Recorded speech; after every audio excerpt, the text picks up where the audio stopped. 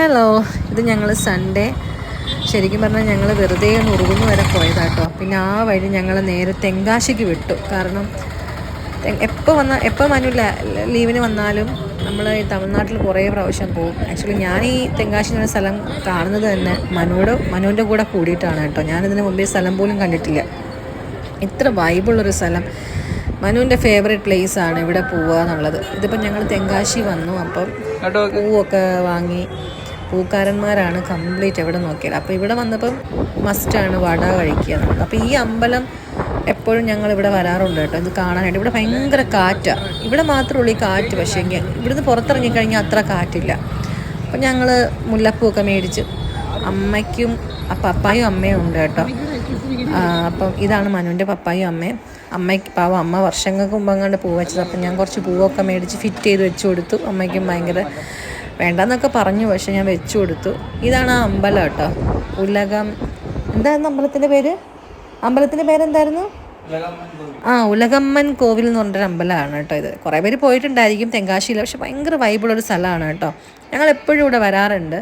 ഇവിടെ നിന്നാണ് ഞാൻ കുപ്പിവളയൊക്കെ മേടിക്കാറ്. എപ്പോഴും ഇവിടെ വരുമ്പോൾ ഞങ്ങൾ കുപ്പിവള മേടിക്കാറുണ്ട്. ഇവിടെ ഭയങ്കര ഒരു വൈബാണ്, മൊത്തം തമിഴരാണ് കേട്ടോ. നമ്മൾ ക്രിസ്ത്യാനികളാണ്, എന്നാലും അവിടെ വന്ന ആ ഒരു അന്തരീക്ഷവും ആ ഒരു ക്ലൈമറ്റും അതൊക്കെ ഭയങ്കര ഇഷ്ടമാണ് ഞങ്ങൾക്ക്. പക്ഷേ അത് കഴിഞ്ഞ് ഞങ്ങൾ നേരെ മിഖായിൽ മാലാഖയുടെ പള്ളി വന്നു കേട്ടോ. അമ്മ വീട്ടിൽ നിന്ന് ഇറങ്ങിയപ്പോഴേ ഈ പള്ളി വരണം എന്ന് പറഞ്ഞിരിക്കുകയായിരുന്നു. ഭയങ്കര ശക്തിയുള്ള പള്ളിയാണ്, മിഖായിൽ മാലാഖ പ്രത്യക്ഷപ്പെട്ട പള്ളിയാണ് ഇവിടെ കേട്ടോ. അപ്പം ഞങ്ങൾ ഇവിടെ വന്നിരുന്ന് കുറേ നേരം പ്രാർത്ഥിച്ചു.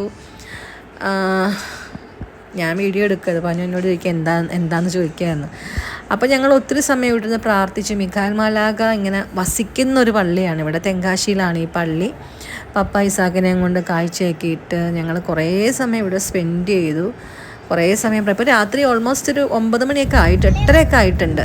അത് കഴിഞ്ഞ് ഞങ്ങൾ നേരെ വിട്ടു റഹ്മത്ത് ഹോട്ടലിലേക്ക്, തിരിച്ച് വീട്ടിലേക്ക് പോവുക. അപ്പോൾ റഹ്മത്ത് ഹോട്ടൽ നിങ്ങൾ യൂട്യൂബിൽ അടിച്ച് നോക്കിയാൽ മതി, റഹ്മത്ത് ഹോട്ടലൊക്കെ കാണാൻ പറ്റും. ഭയങ്കര ഫേമസ് ആണ് അവിടുത്തെ ബോർഡർ ചിക്കനും ബിരിയാണി പൊറോട്ടയൊക്കെ. തമിഴ്നാട്ടിലെ പൊറോട്ട കുറച്ച് വ്യത്യാസമുള്ളൊരു പൊറോട്ട, നല്ല കോയിൻ പൊറോട്ട എന്നൊക്കെയാണ് പറയുന്നത്. ഭയങ്കര മുരിഞ്ഞൊരു പൊറോട്ട, ഭയങ്കര ടേസ്റ്റാണ് കേട്ടോ.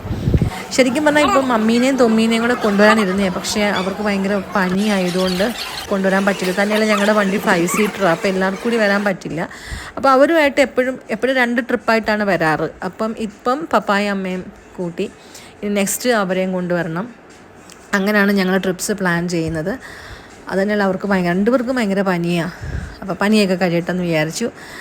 അപ്പോൾ ഞങ്ങൾ റഹ്മത്ത് ഹോട്ടലിലിരുന്ന് നല്ല പോലെ ഞങ്ങൾ പൊറോട്ടയും ബോർഡർ ചിക്കനും ഒക്കെ ആട്ടോ കഴിച്ചത്. ഡയറ്റൊക്കെ എല്ലാം വിട്ടു. കാരണം ഇനിയിപ്പോൾ കുറച്ച് ആഹാരമൊക്കെ കഴിക്കാം എന്ന് വിചാരിച്ചു. ഞങ്ങൾ തിരിച്ച് ആഹാരമൊക്കെ കഴിച്ചു. സന്തോഷമായിട്ട് ഞങ്ങൾ തിരിച്ച് വീട്ടിലേക്ക് പോവുക. ഇപ്പോൾ ഓൾമോസ്റ്റ് 10 മണിയായി. ഇസാക്ക് ഇതുവരെ ഉറങ്ങിയിട്ടില്ല, പാട്ടൊക്കെ കേട്ടു.